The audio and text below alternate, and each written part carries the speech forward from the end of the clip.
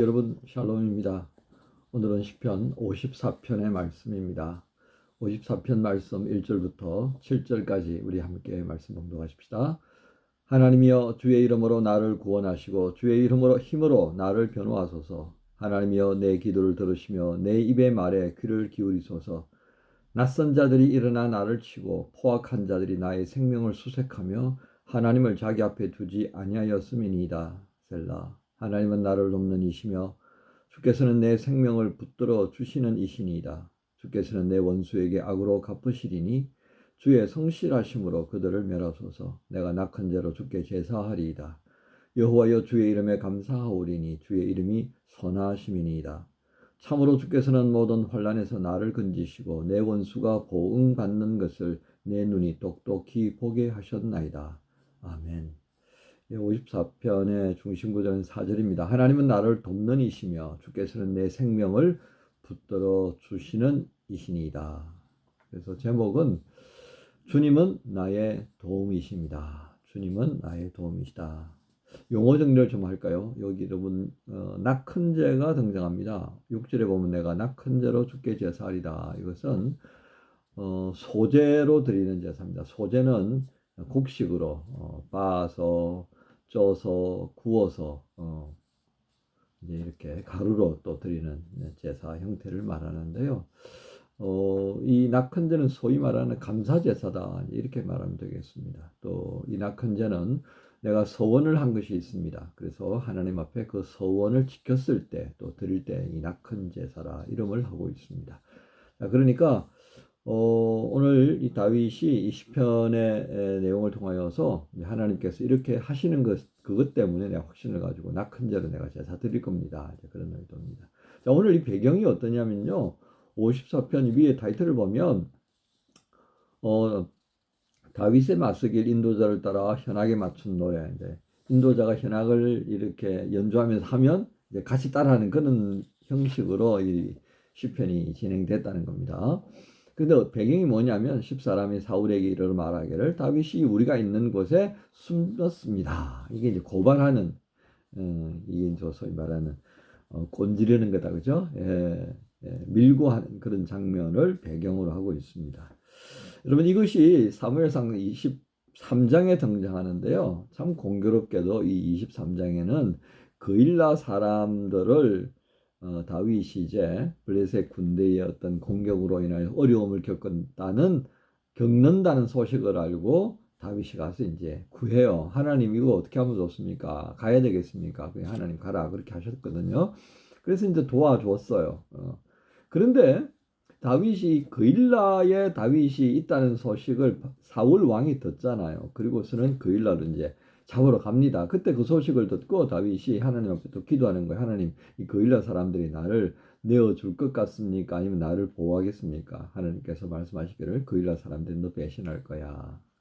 분위기가 보니까 딱 그렇단 말이죠. 그래서 다시 그일라를 벗어나 도망합니다. 그래가지고 숨은 것이 광야예요. 이 십광야에 있다 보니까 사람들 눈에 또 뜨이잖아요. 양치기들이나 뭐 이렇게 풀떠들어 왔던 목동들에 의해서 다윗이 저기 있습니다. 주인으로. 그러니까 이제 또 이 십광야 주변에 살던 인간들이 탁 쫓아가가지고 이 사울 왕에게 이제 밀고를 하는 거예요. 또 그 일을 또 사람에게 전하는 거니까 뭐 다윗의 기회는 안 들어오겠습니까? 또 그것을 피해서 다윗이 다른 지역으로 또 도망가고 하는 것이 이제 사무엘상 23장에 있는 내용입니다. 그러니까 다윗이 참 이것저것 보고 하니까 얼마나 마음이 속상했겠습니까? 다들 말이죠. 자기들 어려울 때는 도와달라고 해놓고서는 도와주고 나면 배신하고 은혜를 입고 나면 내가 언제 너한테 은혜 받았느냐라고 그냥 쌩을 까불고 그죠? 정말 뭐 모르는 사이라면 뭐 전혀 관계 없습니다. 그죠? 그런데 알잖아요. 내가 필요할 때 도움을 줬고, 그죠?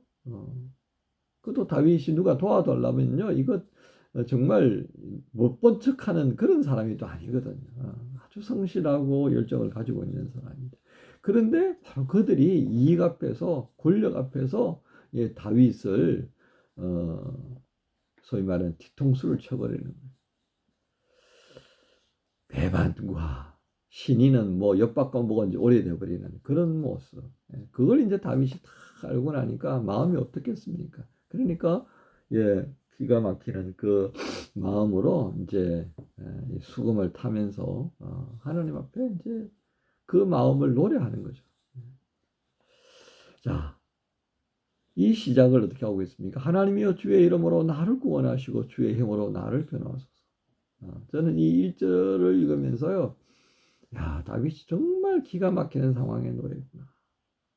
하나님 내가 지금까지 하나님 앞에 어떤 모습이었는 줄 알지 않습니까? 내가 하나님의 이름만 붙들고 골리앗과도 싸웠고 수많은 블레셋의 군대와도 싸웠고 여기까지 왔습니다. 내가 의지하는 것은 사람이 아니라 주의 이름뿐입니다. 알지요? 그죠? 아시잖아요. 그렇게 나로 하여금 골리앗으로 맞서 싸울 때 이기게 하셨던 그 하나님의 능력으로 나를 변호해 주십시오. 내가 정말 그렇게 나쁜 놈입니까? 나를 밀고 할 정도로 그렇게 내가 모두에게 미움의 대상이 된 겁니까? 이런 탄식이 바로 여기에 다 들어있는 것입니다. 여러분, 우리는 이처럼 다윗의 기도를 들으면서요, 우리 믿음의 중심에 있는 그 하나님의 성실하심에 대하여서 어떤 자세를 취하고 있는가 한번 또 돌아보게 됩니다. 그런 관점에서 보면요, 다윗은 정말 그 하나님의 성실하심, 하나님의 그 신실하심, 변함없이 그 도움을 청하는 자에게 도움을 주시는 그 하나님, 구원을 구하는 인생을 향해서 구원을 베푸시는 하나님. 하지만 오늘 이 다윗을 고발하고 하는 뒤통수를 쳐버리는 그들은 어떻습니까? 믿음이 있다고 말들 하겠죠. 우리도 하나님을 믿는다라고 그일라 사람들도 말할 거고요. 십광야에 있는 백성들도 말하겠죠. 그러나 정말 그들의 구체적인 삶의 모습 속에 하나님을 믿는 그 믿음이라고 하는 것이 있느냐라고 하는 것입니다. 우리는 오늘 이 장면을 보면서 정말 경계해야 할 부분들이 무언가라는 것을 생각해 보게 됩니다. 작은 이기 앞에서 우리가 가지고 있는 믿음과는 다른 모습을 보일 때가 있잖아요. 그죠? 교회 와서 예배를 드렸으면서도 불구하고 그 하나님이 계신다는 그 사실을 우리가 알기에 예배하잖아요. 그런데 그 예배한 그 사람이요, 뒤돌아서서 엉뚱한 일을 벌이면 이거 어떻게 되는 건가 말이죠. 우리는 그런 상황들을 보면서 우리가 우리의 이 보게 하신 눈을 다시금 주께로 집중할 필요가 있습니다. 그래서 주께서 모든 환난에서 나를 건지시고 내 원수가 보응받는 것을 내 눈이 똑똑히 보게 하셨습니다라고 하는 이 마지막 7절의 말씀이 우리가 바라고 원하는 그런 모습이 되어지기를 소망할 필요가 있습니다. 다윗은 분명히 인식했거든요. 하나님께서는 하나님께 도움을 구하는 자를 외면치 아니하시고 하나님이 옳다 여기는 자가 결코 넘어지는 것을 그렇게 보지 않으시는 하나님입니다. 그래서 내가 기도하고 하나님 앞에 의지하였더니 이것을 내 눈이 똑똑히 포기하셨다라고 하는 것을 우리에게 말합니다. 그렇습니다. 힘든 상황을 만나면요, 눈이 멀어져 버리는 것이 우리의 모습입니다. 안 보이잖아요. 그리고 저도 안 보이더라고요. 눈앞에 있는 막 그냥 싸워야 되겠다라고 하는 그런 그 분노만이 앞서는 거죠. 근데 시간이 지나면서 돌이켜 보니까요, 이 상황 때문에 내 눈이 멀어져 버렸구나. 그러니까 우리가 신앙생활 하면서요, 너무도 힘들고 어려운 일이 부닥쳤지만 그래도 내가 하나님 앞에 찾는 자가 되고 기도하는 자가 되었다면요, 이거 진짜 우리가 크게 뭐 이렇게 안 되더라도 진짜 신앙적인 측면에서는 성공한 사람이다라고 말할 수 있습니다. 그게 보통 사람은요, 안 되거든요. 흥분이 앞서게 되고요. 그래서 실수하게 되고요. 하지만 그것에 앞서서 하나님이 계신다는 것이 생각나고 하나님께 의탁해야 된다는 것이 생각나고 하나님께 기도해야 된다라고 하는 것이 구체적으로 연결되면요, 이보다 더 크게 성공한 사람이 어디 있습니까? 그렇죠? 자, 그래서 모든 것이 우울하게 나를 망하게 하는 것밖에 없다라고 할 때, 그때 말이죠, 물 한 모금 마십시다. 물 한 모금 마시면 고개를 들어야 되잖아요. 말 때 있으면 그렇지만요. 우리가 물컵에 대한 거 마시다 보면 고개 들잖아요. 하늘 한번 쳐다보죠. 그래서 어떤 분이 그 병아리나 닭들을 보면서 은혜를 받는다고 그래요. 저놈들 물 한 모금 먹고 있어도 하늘을 쳐다보는구나. 해석이다, 그죠? 그렇습니다. 우리가 지금까지 머릿속으로만 해석했던 그것을 구체적으로 이렇게 신앙에 한번 적용해 보는 거예요. 물 한 잔 마시면서 하늘 한번 쳐다보고, 그리고 하늘에 계시는 주님께서 나를 내려다보고 계시고, 그 하나님께 손을 모으고 벌렁거리는 가슴을 진정하면서 하나님하고 부르짖을 수 있는 그 순간, 정말 이것이 우리의 신앙의 참 모습이다라고 할 수 있겠습니다. 어차피 내 힘으로 안 되는 상황이잖아요. 더 열받는 거죠. 내 힘으로 안 되는 걸 내 힘으로 하려고 하다 보면 이제 문제가 크게 되는 것이 우리가 연속적인 측면에서 경험해왔던 상황들입니다. 여러분, 이것을 빨리 깨닫고 하나님을 찾게 만드는 이거 은혜입니다. 이 은혜를 주시기를 성령께 기도할 필요가 있겠습니다. 그렇죠?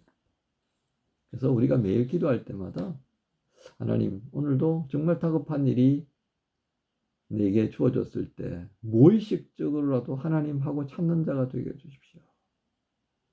내 입이 훈련되게 해주셔서 무슨 일을 만날 때마다 주님 나를 도와주세요 라고 말할 수 있게 해주십시오.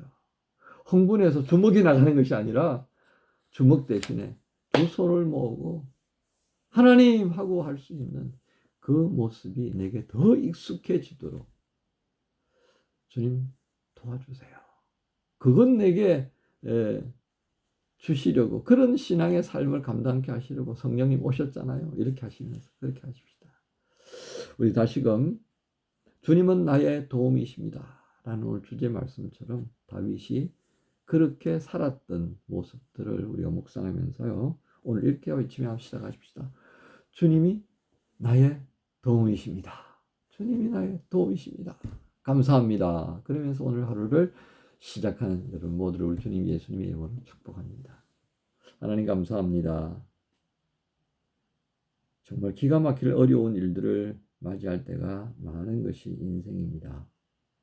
다윗 또한 그 일라에서 십광야에서 도망다니는 와중에도 다윗을 밀고하고 그것을 통해 이익을 얻으려고 하는 많은 이들이 있음을 보게 됩니다. 그럼에도 불구하고 그 안타까운 마음을 다윗은 원수갑지 아니하고 하나님께 의탁하는 모습을 보입니다. 성실하시고 신실하신 하나님께서 그 다윗으로 하여금 하나님이 보호하시는 것을 똑똑히 포기하셨다 했습니다. 그렇습니다. 오늘 이 말씀에 마음을 두고 영원한 도움 되시는 주님께 의탁하는 자로 살게 해 주옵소서. 무의식적으로라도 정말 힘들고 어려운 일을 당하였을 때 손을 모으고 입을 열어 고개를 들어 하늘을 바라보며 주를 찾는 자 되게 해 주옵소서. 예수님의 이름으로 기도합니다. 아멘.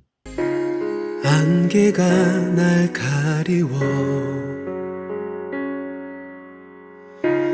내 믿음 흔들리려 할 때 나 주님께 나아가네. 주님은 산 같아서